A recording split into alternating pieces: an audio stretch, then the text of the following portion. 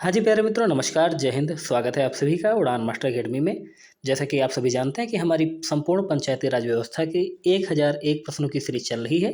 आज है हमारा 7वां पार्ट। इससे पहले 6 पार्ट अपलोड किए जा चुके हैं, प्लेलिस्ट हमने बना दी है, ठीक है। बाकी अगर जो आप इसकी पीडीएफ प्राप्त करना चाहते हैं या आप संपूर्ण पंचायती राज व्यवस्था का नोट्स प्राप्त करना चाहते हैं, तो डिस्क्रिप्शन में आपको लिंक मिल जाएगा हमारे ऐप का। मात्र 149 में आपको संपूर्ण कोर्स और ये 1001 प्रश्नों की पीडीएफ मिल जाएगी। कोर्स के समाप्त होने के बाद में आपको 15 मॉक टेस्ट भी उपलब्ध कराए जाएंगे। तो जिनको ज्वाइन करना है तो डिस्क्रिप्शन में दिए गए लिंक से आप हमारा ऐप डाउनलोड कर सकते हैं। तो चलिए दोस्तों, आज के इंपॉर्टेंट क्वेश्चन देख लेते हैं। 25 इंपॉर्टेंट क्वेश्चन रहेंगे। भारत के संविधान में पंचायतों एवं नगर पालिकाओं से संबंधित 73वें और 74वें संवैधानिक संशोधन जब हुए, उस समय भारत के प्रधानमंत्री कौन थे? मोस्ट इंपॉर्टेंट क्वेश्चन है आपका। इंदिरा गांधी, पीवी नरसिम्हा राव, राजीव गांधी या वीपी सिंह?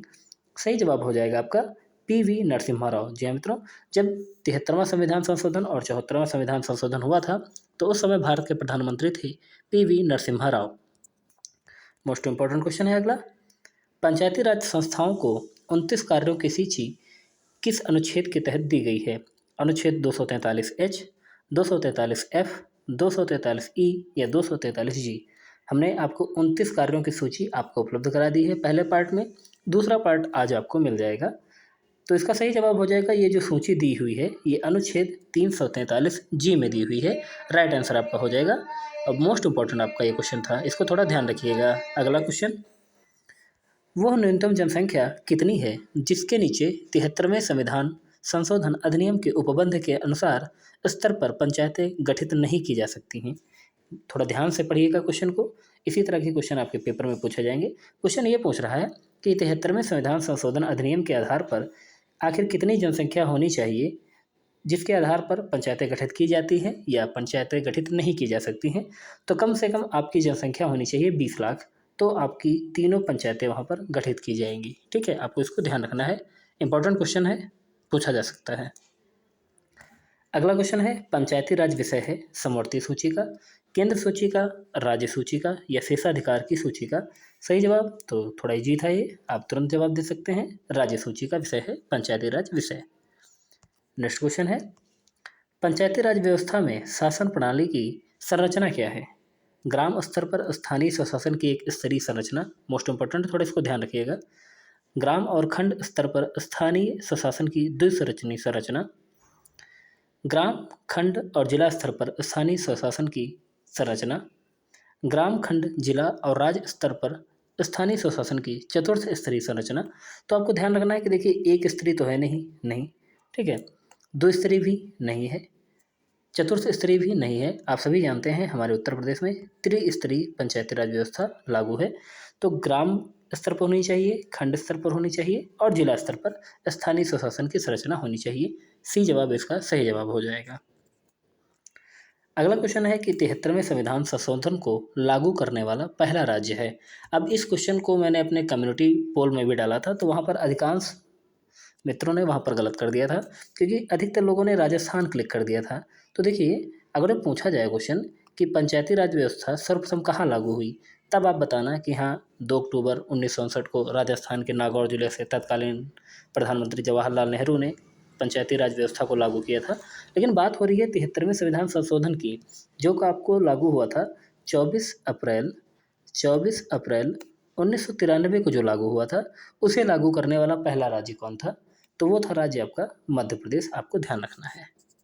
नेक्स्ट क्वेश्चन, भारतीय संविधान के 73वें संविधान संशोधन के संदर्भ में निम्नलिखित में से कौन सा कथन सही है? 2 कथन दिए हुए हैं, आपको बताना है क्या दोनों सही है या कोई एक सही है। जैसा कुछ हो आप विकल्प से बता सकते हैं।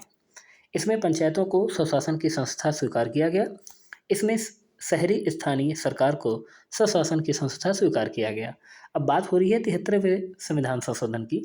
देखिएगा, जो शहरी स्थानीय सरकार है इसको किया गया था 74वें संविधान संशोधन में, और क्वेश्चन आपसे पूछ रहा है 73वें संविधान संशोधन को, तो 73 में ग्राम पंचायतों की बात की गई थी। तो पहला विकल्प इसका सही है। तो ए और दो दोनों नहीं, ये तो गलत हो जाएगा। सी ऑप्शन है केवल एक, बी ऑप्शन है केवल दो, ये भी नहीं होगा, ना तो एक ना तो ये भी नहीं होगा, यानी कि हमारा केवल पहला ऑप्शन सही है। तो इस प्रकार से जो ऑप्शन दिया गया है वो सी ऑप्शन सही हो जाएगा, केवल 1, ठीक है। नेक्स्ट क्वेश्चन, 74वें संविधान संशोधन के तहत विवेकाधीन उपबंध में शामिल नहीं है अन्य पिछड़े वर्गों को आरक्षण देने अथवा न देने की व्यवस्था, महिलाओं को 1/3 आरक्षण या उससे अधिक तय करने की शक्ति, नगर पालिकाओं के लेखे व उनकी सब परीक्षा की रीति तय करना, राज्य निर्वाचन आयोग के गठन की बाध्यता। देखिए 74वां जो संविधान संशोधन था, इसके तहत जो विवेकाधीन उपबंध में शामिल हैं, तो पहला भी शामिल है, दूसरा भी शामिल है, तीसरा भी शामिल है, लेकिन राज्य निर्वाचन के आयोग के गठन की बाध्यता ये आपके 74वें संविधान संशोधन में नहीं थी। ठीक है, आपको इसको ध्यान रखना है। नेक्स्ट क्वेश्चन है, नगर पालिकाओं की संरचना भारतीय संविधान के किस अनुच्छेद में वर्णित है? 243F, 243 या 234M यानी कि माँ, या 234 द। तो सही विकल्प जो इसका हो जाएगा, नगर पालिकाओं की जो संरचना है वो भारतीय संविधान के अनुच्छेद 243 द में लिखित है, ध्यान रखना है आपको। नेक्स्ट क्वेश्चन है, भाग 9 का यानी कि जो नगर पालिका से संबंधित है, अगर ऐसे में बोलूँ तो भाग 9 ए भी आप कह सकते हैं, कि किस अनुच्छेद के तहत वित्त आयोग का गठन संविधान में वर्णित है? 243W, 243Z, 243Y या 243ZA। सही जवाब हो जाएगा, वित्त आयोग का गठन है 243Y में, आपको ध्यान रखना है।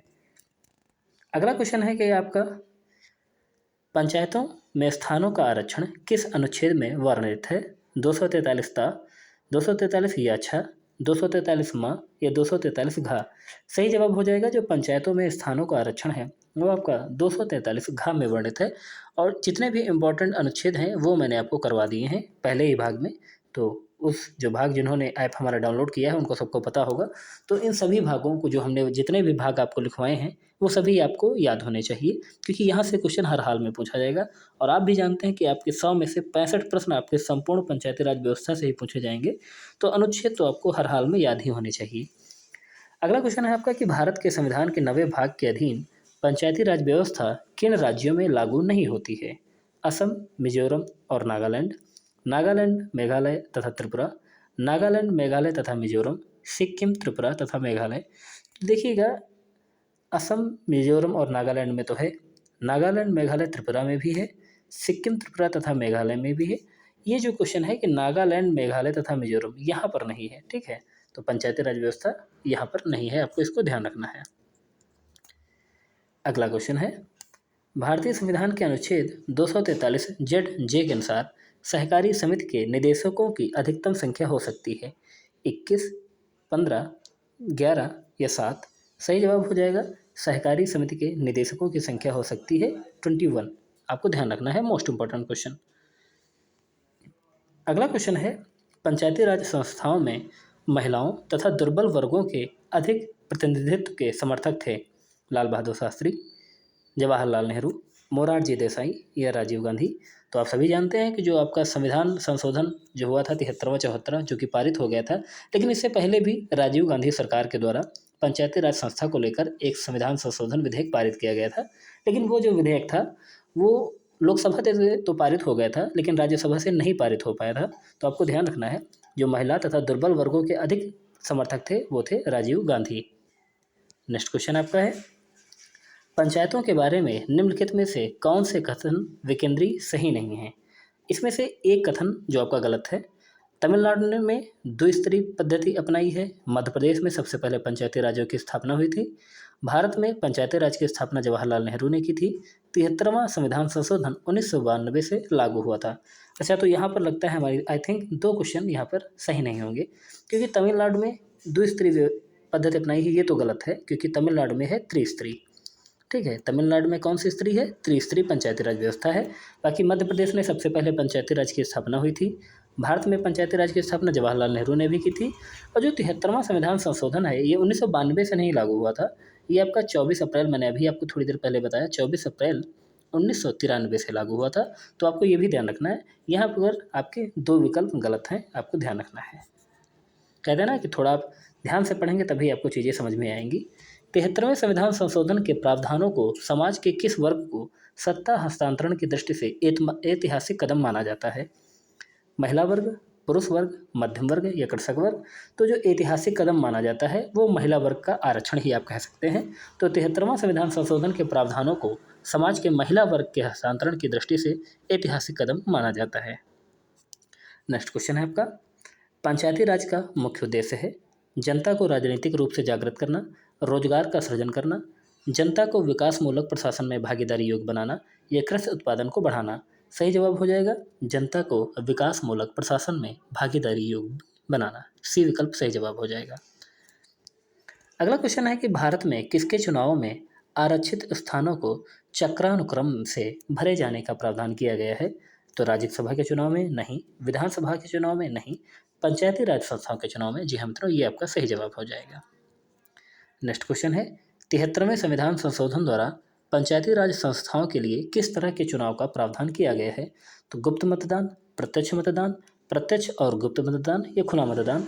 सही जवाब हो जाएगा प्रत्यक्ष तथा गुप्त मतदान। आप सभी जानते हैं प्रत्यक्ष मतदान तो होता ही, लेकिन ऐसा तो है नहीं कि हाथ खड़ा करके चुनाव करा लिया जाता है, ऐसा नहीं होता।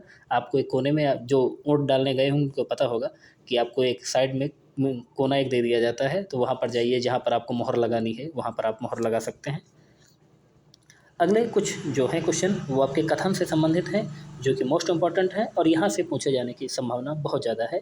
कथन है आपका, स्थानीय संस्थाओं द्वारा संपन्न किए जाने वाले कार्यों का क्षेत्र बहुत विस्तृत है। ये कथन किसका है? तो ज़्यादा समय न लेते हुए इसका सही जवाब हो जाएगा जैक्सन। जैक्सन ने कहा है कि स्थानीय संस्थाओं द्वारा संपन्न किए जाने वाले कार्यों का क्षेत्र बहुत ही विस्तृत है। नेक्स्ट क्वेश्चन है, नेक्स्ट क्वेश्चन कहने आप कह सकते हैं कि अगला कथन ही है, यह कथन किसका है कि सभी समस्याएं केंद्रीय समस्या नहीं होती हैं तथा इस प्रकार की समस्याएं अपनी उत्पत्ति के स्थान पर ही निराकरण चाहती हैं, और वह भी ऐसे व्यक्तियों द्वारा जो इन्हें सर्वाधिक महसूस करते हों। इसका सही जवाब हो जाएगा लास्की ने ये कथन कहा था आपका। ठीक है, आपको ध्यान रखना है, ये कथन लास्की का है। नेक्स्ट क्वेश्चन है, स्थानीय स्वशासन एक ऐसा शासन है जो अपने सीमा क्षेत्र में प्रदत्त अधिकारों का उपभोग करता है। ये कथन किसने कहा है? तो ये कथन है GDH कौल का, कि स्थानीय स्वशासन एक ऐसा शासन है जो अपने सीमा क्षेत्र में प्रदत्त अधिकारों का उपभोग करता है। अगला कथन है, स्थानीय संस्थाएं अधीनस्थ संस्थाएं हैं, लेकिन इनको एक सीमित क्षेत्र में इनको कार्य करने की स्वतंत्रता होती है। ये कथन किसका है? ये कथन है गिलक्राइस्ट का, मोस्ट इंपॉर्टेंट है, आपको ध्यान रखना है। स्थानीय संस्थाएं अधीनस्थ संस्थाएं हैं, लेकिन इन्हें एक सीमित क्षेत्र में इनको कार्य करने की स्वतंत्रता होती है।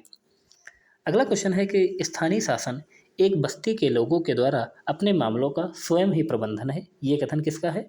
तो ये कथन है L गोल्डिंग का, आपको ध्यान रखना है। अंतिम स्टेटमेंट है आपका, और ये सारी PDF आपको हमारे ऐप में मिल जाएंगी, तो ऐप को डाउनलोड कर लेना। वहाँ पर हम आपको संपूर्ण पंचायती राज व्यवस्था का नोट्स देंगे, साथ में हम आपको पूरा कंप्यूटर का नोट्स और UP GK का नोट्स भी देंगे। 1001 प्रश्नों की ये PDF भी आपको वहीं पर मिलती रहेगी। तो अगला अंतिम जो आपका क्वेश्चन है कि स्थानीय शासन स्थानीय समाज पर आधारित एक प्रशासकीय व्यवस्था है जो सरकार की सत्ता का उस समय प्रतिनिधित्व करती है जब वह स्थानीय रूप से सक्रिय हो। ये कथन है, तो ये कथन है कार्ल जे फेडरिक का। ठीक है मित्रों, ये जो कथन है आप स्क्रीनशॉट ले सकते हैं। ये कथन है आपका कार्ल जे फेडरिक का। तो यहाँ पर आपके 25 क्वेश्चन समाप्त होते हैं, और वीडियो को लाइक कर देना, दोस्तों में शेयर कर देना। बाकी इसी तरह से हमारी वीडियोस यहाँ पर आती रहेंगी। बाकी जिनको भी हमारा ग्रुप ज्वाइन करना है तो नीचे दिए गए डिस्क्रिप्शन के लिंक से आप हमारा ऐप डाउनलोड कर सकते हैं। वीडियो देखने के लिए और अपना कीमती समय हमारे इस वीडियो को देने के लिए आप सभी मित्रों का धन्यवाद। नमस्कार, जय हिंद।